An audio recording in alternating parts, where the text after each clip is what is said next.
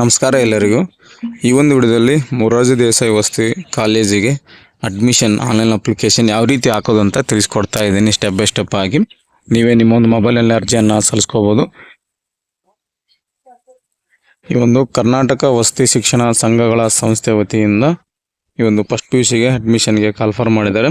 ನೋಡಿ ಇಲ್ಲಿ ತೋರಿಸ್ತಾ ಇದೆ 2026-27ನೇ ಶೈಕ್ಷಣಿಕ ಸಾಲಿಗೆ ಕರ್ನಾಟಕ ವಸತಿ ಶಿಕ್ಷಣ ಸಂಘಗಳ ಸಂಘದಡಿ ಕಾರ್ಯನಿರ್ವಹಿಸುತ್ತಿರುವ ವಸತಿ ಕಾಲೇಜುಗಳ ಪ್ರಥಮ PUC ದಾಖಲಾತಿಗಾಗಿ ಆನ್ಲೈನ್ ಮೂಲಕ ಅರ್ಜಿ ಆಹ್ವಾನಿಸಲಾಗಿದೆ ಅಂತ ನೋಟಿಫಿಕೇಶನ್ ಅಲ್ಲಿ ಕೂಡ ಕೊಟ್ಟಿದ್ದಾರೆ.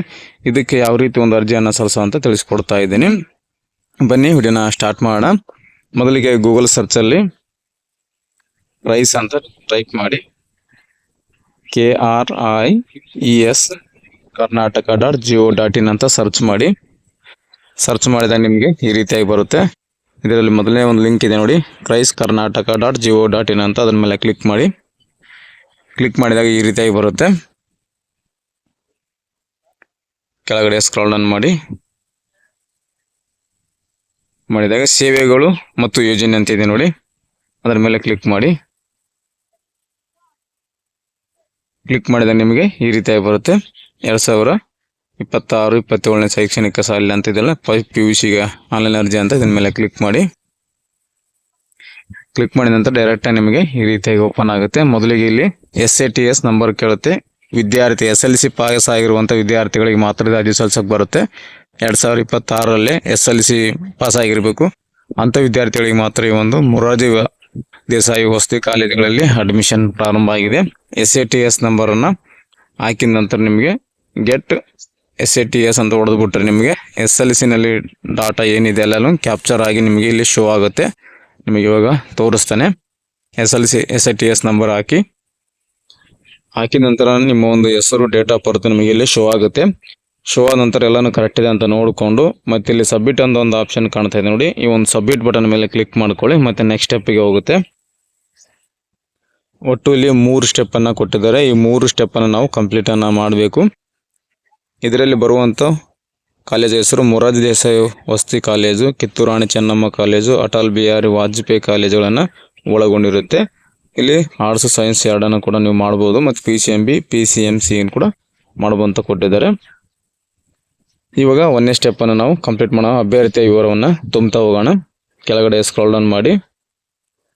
ಅಭ್ಯರ್ಥಿ ವಿವರದಲ್ಲಿ ವಿದ್ಯಾರ್ಥಿ SATS ನಂಬರು, ಹೆಸರು, ಡೇಟ್ ಆಫ್ ಬರ್ತ್, ಲಿಂಗ ಮತ್ತು ಕ್ಯಾಟಗರಿ ಕೇಳ್ತಾ ಇದೆ. ಇಲ್ಲಿ ಕ್ಯಾಟಗರಿಯನ್ನು ಸೆಲೆಕ್ಟ್ ಮಾಡ್ಕೊಳ್ಳಿ.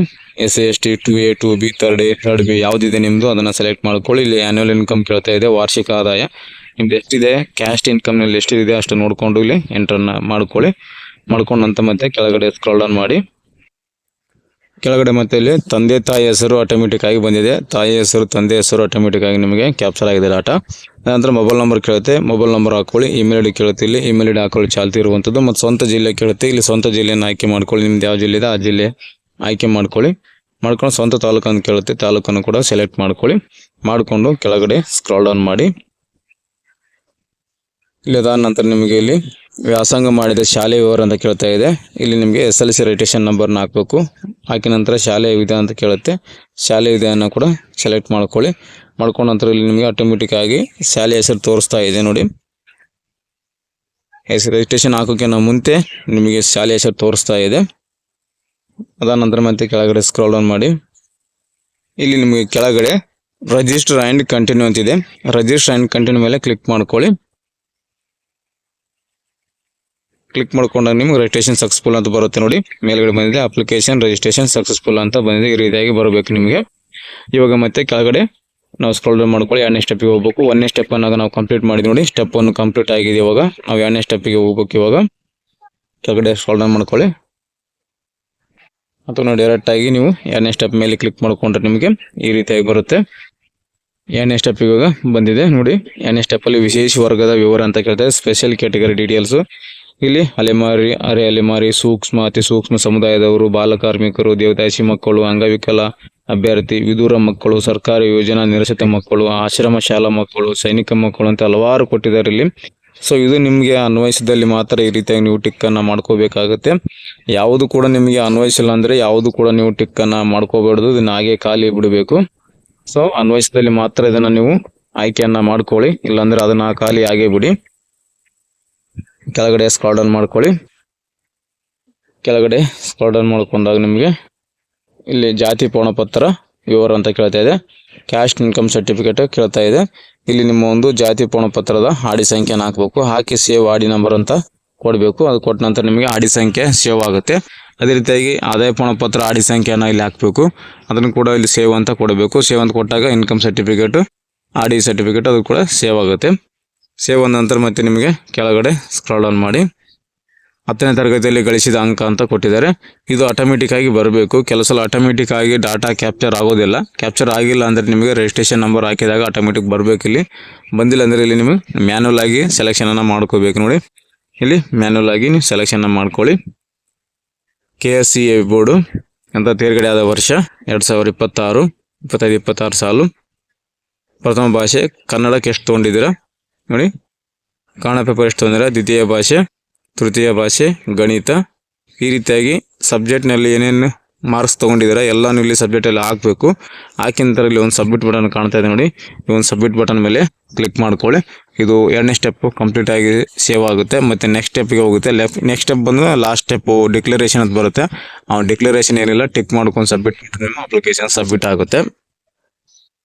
ಈಗ 3ನೇ ಸ್ಟೆಪ್ಪಿಗೆ ಬಂದಿದ್ದೀವಿ. 3ನೇ ಸ್ಟೆಪ್ಪಲ್ಲಿ ಡಿಕ್ಲರೇಷನ್ ದೃಢೀಕರಣ ಅಂತ ಇರುತ್ತೆ.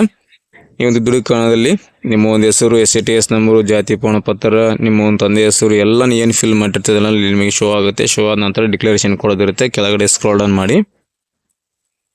ಸ್ಕ್ರೋಲ್ ಡೌನ್ ಮಾಡಿದಾಗ ನಿಮಗೆ ಈ ರೀತಿಯಾಗಿ ಬರುತ್ತೆ. ಇಲ್ಲಿ ನಿಮಗೆ ಟಿಕ್ ಮಾಡ್ಕೋಬೇಕು. ಟಿಕ್ ಮಾಡ್ಕೊಂಡು ನಿಮಗೆ ಇಲ್ಲಿ ಅಕ್ಲಾಜ್ಮೆಂಟ್ ಅಂತ ಒಂದು ಆಪ್ಷನ್ ಇದೆ ನೋಡಿ. ಈ ಒಂದು ಅಕ್ಲಾಜ್ಮೆಂಟ್ ಮೇಲೆ ನೀವು ಕ್ಲಿಕ್ ಮಾಡ್ಕೊಳ್ಳಿ. ನಿಮ್ಗೊಂದು ಅಕ್ಲಾಜ್ಮೆಂಟ್ ಡೌನ್ಲೋಡ್ ಆಗುತ್ತೆ. ಆ ಒಂದು PDF ಅನ್ನು ನೀವು ಸೇವ್ ಮಾಡ್ಕೋಬೇಕಾಗುತ್ತೆ. ಫ್ಯೂಚರಲ್ಲಿ ಕೂಡ ಬೇಕಾಗುತ್ತೆ. ಅಪ್ಲಿಕೇಶನ್ ಹಾಕಿರೋದಕ್ಕೆ ಒಂದು ನಿಮಗೆ PDF ಲಾಸ್ಟಲ್ಲಿ ಬರುತ್ತೆ. ಅದನ್ನು ನೀವು ಒಂದು ಪ್ರಿಂಟ್ ಹಾಕೋಬೇಕು. ಮತ್ತು ಮೊಬೈಲ್ ಒಂದು PDF ಅನ್ನು ಕೂಡ ಸೇವ್ ಮಾಡ್ಕೋಬೇಕು. ಅದಾದ ನಂತರ ಮತ್ತೆ ಇಲ್ಲಿ ಪಕ್ಕದಲ್ಲಿ ಒಂದು ನಿಮಗೆ ಸಬ್ಮಿಟ್ ಅಂತ ಒಂದು ಆಪ್ಷನ್ ಇದೆ ನೋಡಿ. ಈ ಒಂದು ಸಬ್ಮಿಟ್ ಅಂತ ನೀವು ಕ್ಲಿಕ್ ಮಾಡಬೇಕು. ನಿಮ್ಮ ಒಂದು ಅಪ್ಲಿಕೇಶನ್ ಸಕ್ಸಸ್ಫುಲ್ ಆಗಿ ಸಬ್ಮಿಟ್ ಆಗುತ್ತೆ. ಸಬ್ಮಿಟ್ ಆದ ನಂತರ ಇಲ್ಲಿ ನಿಮಗೆ ಇಲ್ಲೊಂದು ಡೌನ್ಲೋಡ್ ಅಂತ ಒಂದು ಆಪ್ಷನ್ ಬರುತ್ತೆ. ಡೌನ್ಲೋಡ್ ಬಂದಿಲ್ಲ ಅಂದರೆ ಈ ಒಂದು ಅಕ್ಲಾಜ್ಮೆಂಟ್ ಅಂತಲೇ ಇರುತ್ತೆ. ಅಕ್ಲಾಜ್ಮೆಂಟ್ ಅಂತ ತಗೊಳ್ಳಿ. ಕೆಲವು ಸಲ ಡೌನ್ಲೋಡ್ ಅಂತ ಬರುತ್ತೆ, ಕೆಲವು ಸಲ ಅಕ್ಲಾಜ್ಮೆಂಟ್ ಅಂತಲೇ ಇರುತ್ತೆ. ಮುಂಚೆ ಈಗ ಒಂದು 5 ದಿನದಿಂದ ಅಲ್ಲಿ ಡೌನ್ಲೋಡ್ ಅಂತ ಬರ್ತಾ ಇತ್ತು. ಇವಾಗ ಅದು ಅಕ್ಲಾಜ್ಮೆಂಟ್ ಅಂತ ಬರ್ತಾ ಇದೆ. ಸೊ ಸಬ್ಮಿಟ್ ಕೊಟ್ಟ ನಂತರನೇ ಈ ಒಂದು ಅಕ್ಲಾಜ್ಮೆಂಟನ್ನು ನೀವು ಡೌನ್ಲೋಡ್ ಮಾಡ್ಕೊಳ್ಳಿ. ಫೈನಲ್ ಆಗಿ ಸಬ್ಮಿಟ್ ಆದ ನಂತರನೇ ನಿಮಗೆ ಈ ಒಂದು ಅಪ್ಲಿಕೇಶನ್ ಪ್ರಿಂಟ್ ಸಿಗುತ್ತೆ. ಈ ರೀತಿಯಾಗಿ ನೀವು ತುಂಬ ಈಸಿಯಾಗಿ ಈ ಒಂದು ಮೊರಾರ್ಜಿ ದೇಸಾಯಿ, ಕಿತ್ತೂರಾಣಿ ಚೆನ್ನಮ್ಮ, ಅಟಲ್ ಬಿಹಾರಿ ವಾಜಪೇಯಿ ಫಸ್ಟ್ PUC ಕಾಲೇಜಿಗೆ ಆನ್ಲೈನ್ ಮುಖಾಂತರ ಅರ್ಜಿಯನ್ನು ಸಲ್ಲಿಸೋದು ಯಾವ ರೀತಿ ಅಂತ ನಿಮಗೆ ತಿಳಿಸ್ಕೊಟ್ಟಿದ್ದೀನಿ. ಈ ಒಂದು ಅಪ್ಲಿಕೇಶನ್ ಹಾಕುವಾಗ ಏನಾದರೂ ನಿಮಗೆ ಸಮಸ್ಯೆ ಆಗಿದ್ದರೆ, ಏನಾದರೂ ಗೊತ್ತಾಗಿಲ್ಲ ಅಂದರೆ, ಯಾರು ಬರ್ತಾ ಇದ್ದರೆ ಕಮೆಂಟ್ ಮಾಡಿ. ಕಮೆಂಟಲ್ಲಿ ನಿಮಗೆ ಉತ್ತರವನ್ನು ಕೊಡ್ತೀನಿ. ಏನೇ ಪ್ರಾಬ್ಲಮ್ ಇರಲಿ ಅದಕ್ಕೆ ಸೊಲ್ಯೂಷನನ್ನು ಕೊಡ್ತೀನಿ ಅಂತ ಹೇಳ್ತಾ ನೆಕ್ಸ್ಟ್ ಇದೇ ಥರ ಇನ್ನೊಂದು ಉಪಯುಕ್ತ ಮಾಹಿತಿಯೊಂದಿಗೆ ಮತ್ತೊಂದು ವಿಡಿಯೋದಲ್ಲಿ ನಿಮ್ಮನ್ನು ಭೇಟಿ ಆಗ್ತೀನಿ. ಅಲ್ಲಿವರೆಗೂ ನಮ್ಮ ವಿಡಿಯೋಸನ್ನು ನೋಡ್ತಾ ಇರಿ, ಸಪೋರ್ಟ್ ಮಾಡಿ ಅಂತ ಹೇಳ್ತಾ ಥ್ಯಾಂಕ್ಸ್ ಫಾರ್ ದ ವಾಚಿಂಗ್.